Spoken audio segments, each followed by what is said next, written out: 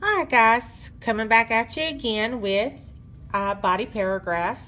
Hopefully you have written the 4 different types of introductions, and now we are moving on to those lovely body paragraphs, which is the meat of your paper. So pulling out your markers, we're looking at using pink, green, purple, orange, red, and black. Okay, so I'll give you a couple minutes to get those all situated. Okay, from those, we need to make our key. So our pink, just like before, was hook. Now it's our topic sentence. Okay, so pink is hook. We have our purple is our example. Okay. Then we have our orange is our concluding sentence.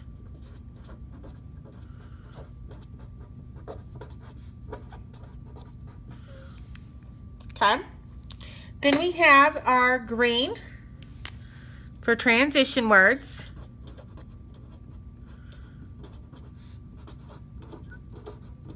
Okay.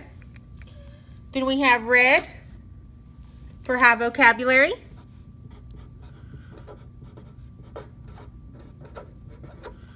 And black for notes.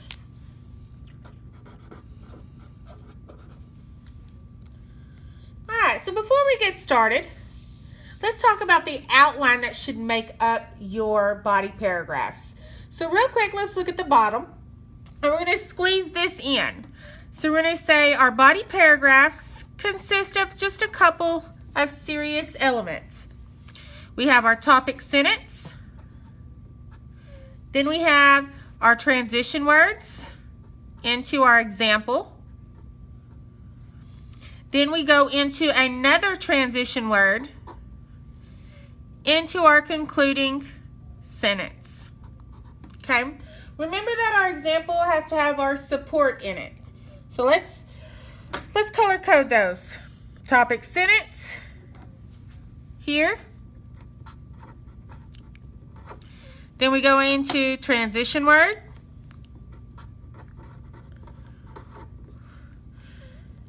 Then we have our example, which is purple.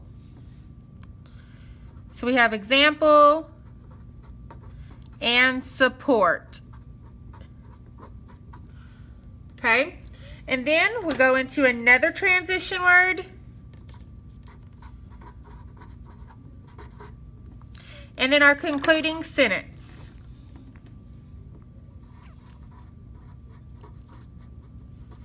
That is the outline of our body paragraphs. Okay, and all body paragraphs should, for the most part, follow this outline. You do have liberty and creativity and originality that you can do, but to start off with, we like to follow this outline until you get your feet wet. Okay, so let's start with our first set. And remember that our prompt is, let's look back at our introduction.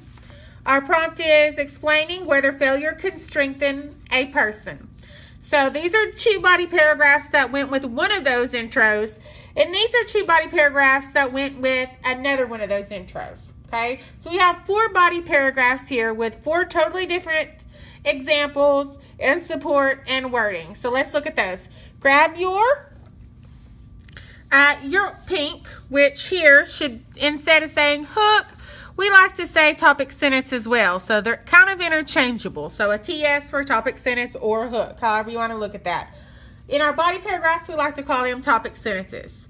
So let's look at some of these paragraphs. Zoom in a little bit. Okay, so some of the greatest people in history have met their matches on the road to success. Sometimes all it takes is perseverance. Okay, so this is our topic sentence. And obviously, now that we know what our topic sentence is, we know that our whole topic is going to be about perseverance. Okay, so now we know exactly what introduction this went with. It went with the perseverance and what was the other one? Perseverance and endurance, which obviously means that our next topic sentence is going to be about endurance. Endurance takes stamina to keep going. So, I mean, already we know that these both go with that introduction because of those two key words that proves that this paragraph is going to be about perseverance when it comes to failure. This one's going to be about endurance when it comes to failure, okay? The whole point of those topic sentences is to introduce what our body paragraphs are about, and it has to have those keywords from your thesis statement, okay? That's the whole point of your thesis, is to make sure that it outlines your body paragraphs, okay? All right, so let's go. For example, obviously we need green because that is a transition word. We're introducing our example, which is what is next on our outline. We're going purple. Thomas Edison tried more than 1,000 times to get the light bulb to work. When he finally did, he illuminated the whole world. His attempts must have made him stronger by teaching him lessons about life, perseverance, determination, and faith in himself to know he would eventually make it. Okay? We call that our example. This example not only tells us exactly who we're talking about, but we're also supporting it, pulling in the fact that these failures made him stronger. Okay? So what kind of example is this? Well, we're talking about Thomas Edison, so obviously that must mean it's historical. Okay, we're talking about history here. And then let's go in and get our keywords. We're making him stronger. We're talking about strength. Teaching him life perseverance. So again, we're bringing in the point of this, the whole topic of it. To get the light to work, he illuminated the world. His attempts, meaning that he tried more. He tried more than 1,000 times. So obviously he suffered some failures. Okay, therefore, it made him stronger and it taught him these things. All right, so let's look in. We going into our concluding sentence. In the end, another transition word. Great. Concluding sentence, we're going orange. Valuable lessons can only be learned by experiencing disappointments and rejections in order to tell how not to do something. This is a concluding sentence.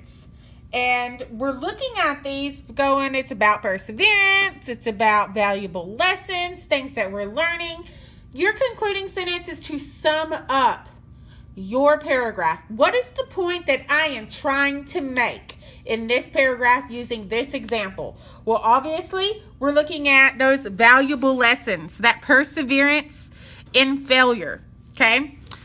So it's a very, very strong body paragraph, and so we like this is, I mean, it's just a great one. So let's go back in and look at high vocabulary. Illuminated is high. She could have said lit up the world, but we're tugging at those bigger ones.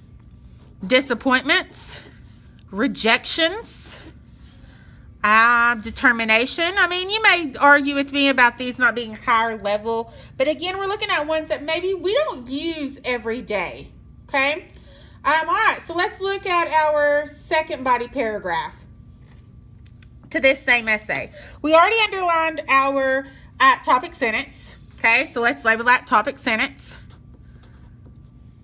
All right, so let's go into our transition word. For instance, we don't ever want to double up on transition words. This one used for example, let's go with for instance this time. So let's look at our purple. Bill Gates certainly didn't pass every test he ever took, and Michael Jordan, must have missed shots left and right. But both will still go down in history for their personal achievements made after countless failures. Their roads at times would lead downhill into dark valleys. Soon enough, though, that same road would lead back into the sun and end up high on a mountain, making them stronger people for all they'd endured to get where they wanted to be. The same goes for everyone who has ever lived, in fact. So we have kind of this, so we combined examples in this one. We have a historical one, or could be Bill Gates is still alive. So you could say it's a modern one, and so is Michael Jordan, but when we talk about those, we usually say past tense. So we can say this example is current events.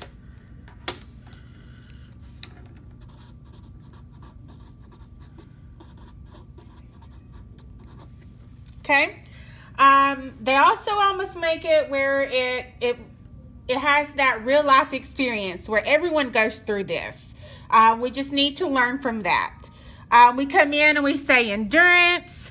We have failure here. He didn't pass.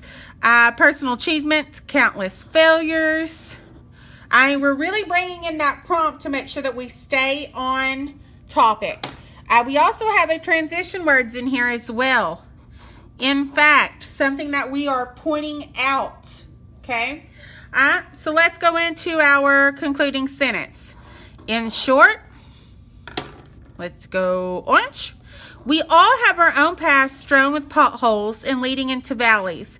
But if we just grit our teeth and learn from our mistakes, we emerge into the light with joy in our hearts and a shout of victory still hanging from our lips.